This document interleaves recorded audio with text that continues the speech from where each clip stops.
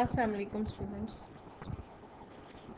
Lecture number 15 and second part of the last lecture number 14 and 15 are on the same topic, test construction.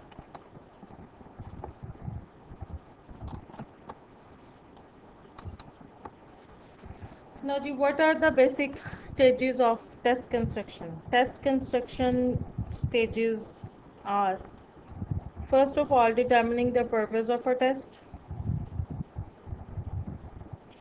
Secondly, designing clear, unambiguous objectives. Number 3, drawing up test specifications.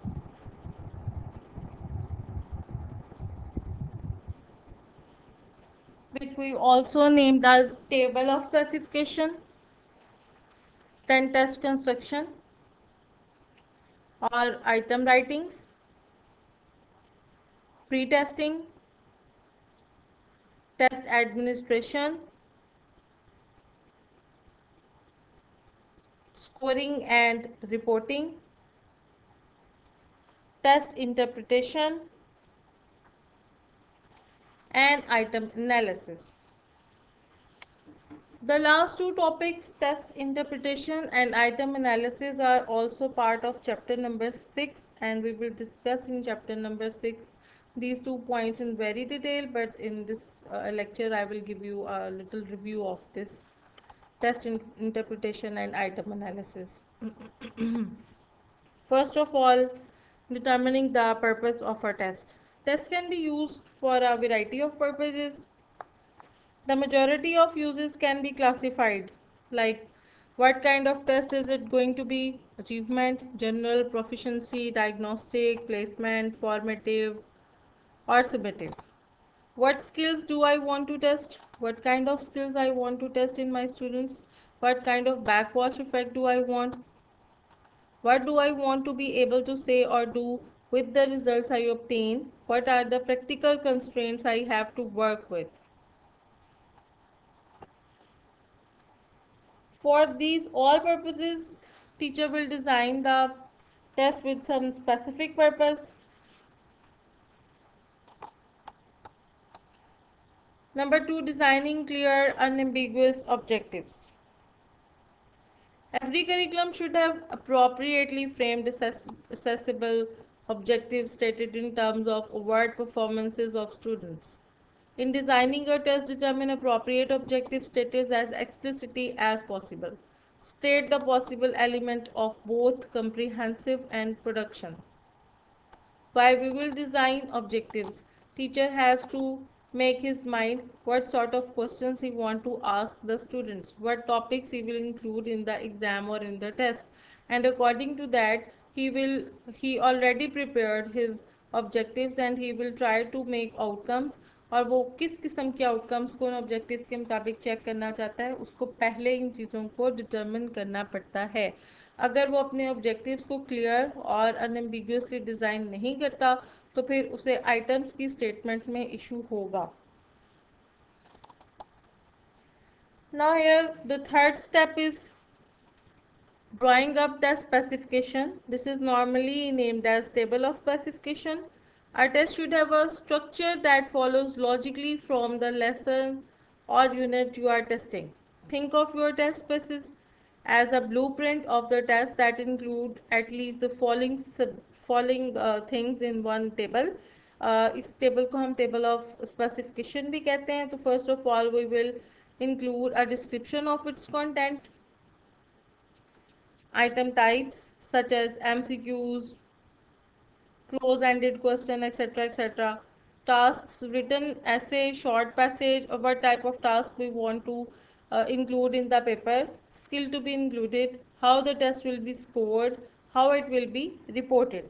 A sample of student performance is more likely to be representative if a set of specification is used to planning the test. Test specification define and limit the achievement domain to be measured and describe the sample of test items to be prepared. One form of specification is a two-way chart called a table of specification. At least table of specification involved obtaining the list of instructional objectives outlining the course content, and prepare the two-way chart that relates to the instructional objectives to course content. A two-way chart that relates the learning outcomes to the course content. It enables the teachers to prepare a test containing a representative sample of student behavior in each of the area tested. Now this is the two-way chart. In this two-way chart, we can see a list of topics. Here we will write the topics, chapter number 1, chapter number 2, chapter number 3, or the name of the topics which we want to include from the chapter number 1, which we want to include from chapter number 2, chapter number 3, chapter number 4, etc. etc. And here are these are those indicators which we want to assess from a student. Okay. These are actually instructional objectives which we want to check from a student. We want to check his remembrance, we want to check his understanding, we want to check his applying, we want to check his analysis, we want to check his creation ability, we want to check his evaluation. So here we will write topics and here we will write the objectives or behavioral outcomes.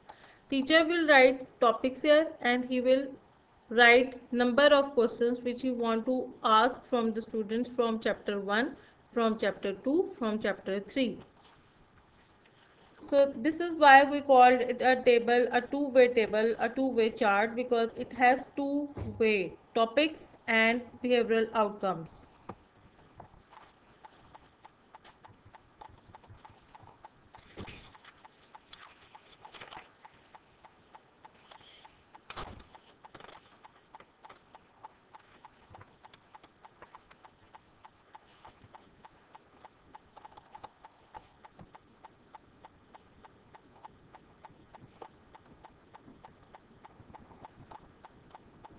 The final step in building a table of specification is to prepare a two-way chart that relates the instructional objectives to the course content and the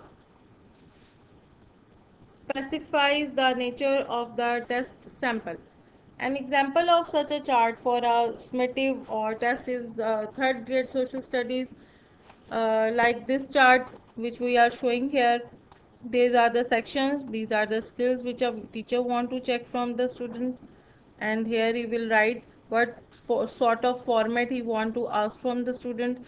He want to ask MCQs to check the listening and main idea inferences. For speaking skill, teacher want to arrange an interview of 15 marks, and to check the reading of meaning of 150 word test, teacher is going to open-ended question and rationale clause, etc. The step 4, test construction or the item writing stage. After making table of specification, here would be the guidelines for test construction. Work as a team, what each others work at every junction, what the stimulus, input, material, appropriateness, balance and bias. After the test items are written, what each component. Finally, look at the test as a whole. Common test formats are MCQs and close-ended tests. While teacher will construct a test item or he will write the items for the test, they will work as a team. They will try to check the questions of each other. They will try to make the material appropriate, and they will try to balance the bias. Teacher will write the items for each component and from the each chapter. Fifth stage is pre-testing. After creating the test items, teachers will pre-test them. Pre-testing stage को pilot testing भी कहा जाता है, और इसका basic purpose test की validity और reliability को चेक करना होता है. It helps to identify poor distractors, gives the test writer a chance to improve poor items, जिससे टीचर को एक चांस मिलता है कि जो poor items हैं उनको वो टेस्ट में से रिमूव कर दे. Principles for pre-testing: the tester should administer the newly developed test to a group of examinees similar to the target group, and the purpose is to analyze every individual item as well as the whole test.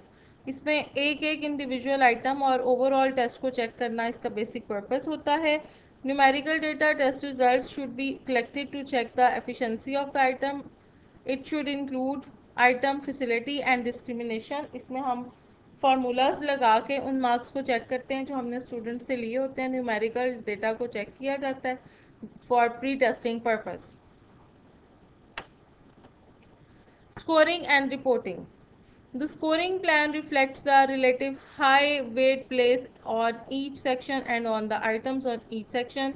Objective tests have a predetermined answers. However, in subjective tests, many decisions have to be made. अब scoring में दो issues आते हैं. अगर हम objective type कर रहे हैं तो उसकी की हम ऑलरेडी डेवलप कर चुके होते हैं, इस वजह से उनको चेक करना मुश्किल नहीं होता. लेकिन सब्जेक्टिव में अगर हमारे पास रूब्रिक्स बने हुए हैं then fine, but if we don't have rubrics तो फिर उसमें हमें हर क्वेश्चन के आंसर के अगेंस्ट डिसीजन लेना होता है और उसके मुताबिक हमें स्टूडेंट को मार्क्स असाइन करना होते हैं. Reporting, the most common way is in terms of grades. Sometimes students are ran ordered according to the scores they obtained and a class position is recorded. तो इस वजह से reporting is very important. Then test interpretation के लिए हम different तरीक़ाकार इस्तेमाल करते हैं. इसमें हम स्टूडेंट्स के मीन, मीडियन और मॉड्स निकाल सकते हैं. अगर हम मीन काउंट करेंगे तो इसका मतलब है कि हम क्लास का एक एवरेज स्टूडेंट का मार्क्स जो है वो निकाल सकते हैं कि एवरेज स्टूडेंट कितने नंबर लेता है. सो इसके लिए मीन यूज़ होता है. समटाइम्स स्कूल्स में रिजल्ट्स को शो करने के लिए और रिज़ल्ट इंटरप्रिटेशन करने के लिए डिफरेंट ग्राफ्स शो किए जाते हैं और उन ग्राफ्स की वजह से हम एक दफ़ा एक पिक्चर को देखने से अंदाज़ा लगा सकते हैं कि क्लास के कितने बच्चे जो हैं वो एवरेज हैं, कितने लाइक हैं और कितने जो हैं वो डल स्टूडेंट्स हैं. Then there is item analysis. Item analysis is done to find out two things: how well teaching and learning have taken place, how well each item within a test has worked in relation to the test as a whole, and two criteria are generally used: the difficulty or facility index to determine how easy or difficult a test was, and the ideal expectation level of difficulty is 60 to 70%, but 30 to 90% is considered acceptable. The basic purpose of item difficulty deals with how difficult is the test item, and it is indicated by the percentage of student who got the item right. It is recommended that test items would be neither too easy or not too difficult. And item analysis means कि हम एक item को paper में include करने जा रहे हैं या हम उसे पेपर से एक्सक्लूड करने जा रहे हैं. तो इसके लिए बाकायदा फार्मूला आता है जिसको NR/NT मल्टीप्लाई बाय 100 के साथ ये फार्मूला होता है और इसके अंदर हम हायर स्कोरर और लोअर स्कोरर्स के मार्क्स को रख के जो है उसको 100 के साथ मल्टीप्लाई करते हैं और फिर जो उसके रिजल्ट्स आते हैं उसके मुताबिक उसकी जो चेकिंग है वो की जाती है. और अगर 30% हमारा फार्मूले के ऊपर रिजल्ट आता है 30 to 90%, तो फिर उस आइटम को कंसीडरेबली एक्सेप्ट कर लिया जाता है. फॉर एग्जांपल अगर हम 80 बच्चों का एक टेस्ट जो है वो लेते हैं और उसमें से हम 25% पेपर्स, लेट्स से कि 20 पेपर जो हैं वो हाई स्कोरर्स के लेते हैं और 20 पेपर लो स्कोरर्स के लेते हैं और जो 50% दरमियान में 40 पेपर हैं उनको हम एक साइड पे कर देते हैं. तो उसके लिए फिर हम लोगों को फार्मूला लगाना पड़ेगा फैसिलिटी इंडेक्स का. और फैसिलिटी इंडेक्स को चेक करने के लिए हम NR यूज़ करते हैं, number of students who got the item right. जिन्होंने उस सवाल को राइट लिखा तो उनके लिए NR लगेगा ओवर NT. NT का मतलब है टोटल नंबर ऑफ़ स्टूडेंट्स. तो NR हमारे पास अगर किसी चीज़ के लिए, किसी सवाल के लिए 12 है, यानी कि अगर एक क्वेश्चन नंबर 1 को 40 बच्चों में से 12 बच्चे ठीक लिखते हैं तो फिर NR 12 होगा और 40 टोटल नंबर ऑफ़ स्टूडेंट जिसको हम NT कहेंगे और उसको मल्टीप्लाई करेंगे 100 के साथ. तो इससे हमारा आंसर जो है वो 30% आएगा. इससे हम आइटम डिफ़िकल्टी का अंदाज़ा लगा सकते हैं. और फिर हमारे पास आती है डिस्क्रिमिनेशन इंडेक्स. डिस्क्रिमिनेशन इंडेक्स जो है, the basic purpose of discrimination powers is to refer the degree to which test item discriminates between student with high and low achievement. बच्चों के दरमियान हाई और लो अचीवमेंट की जो डिफरेंसेस होते हैं उसको हम डिस्क्रिमिनेशन पावर कहते हैं. One purpose of testing is to discriminate between high and low achievers. इसमें क्लास में मौजूद हाई और लो अचीवर्स के दरमियान डिफरेंस निकालना होता है. और इसमें भी लेट्स से कि क्लास में हमारे पास 80 स्टूडेंट्स हैं, arrange the papers in order from the highest to the lower scores, say 80 papers, select 25 papers, 25% papers with the highest scores, say 20 papers, and select 25% papers with the lowest scores, low achievers. 50% papers in the middle, 40 papers, would not be taken in account, and calculate the correct response of high achievers and low achievers on each test item. और इसके लिए हम जो formula apply करेंगे उसके लिए हमें D जो है वो मालूम करना है. D stand for discrimination for. D is equal to N H minus N L over small N. N H minus nl over n. N small will be stands for number of high and low achiever means 40. NH means number of high achievers who got the item high, and NL means number of low achievers who got the item right. D would be acceptable if the value ranges from 1 to 0.30. ठीक है. और अगर less than 3 होगी तो वो उसको हम is not considered good. Less than 3 होगी तो उसे हम अच्छा कंसीडर नहीं करेंगे. तो इसमें हमारी वैल्यू जो है वो 1 से 0.30 के दरमियान जो है वो आनी चाहिए ताकि हम एक आइटम को कंसीडरेबली गुड कंसीडर करें.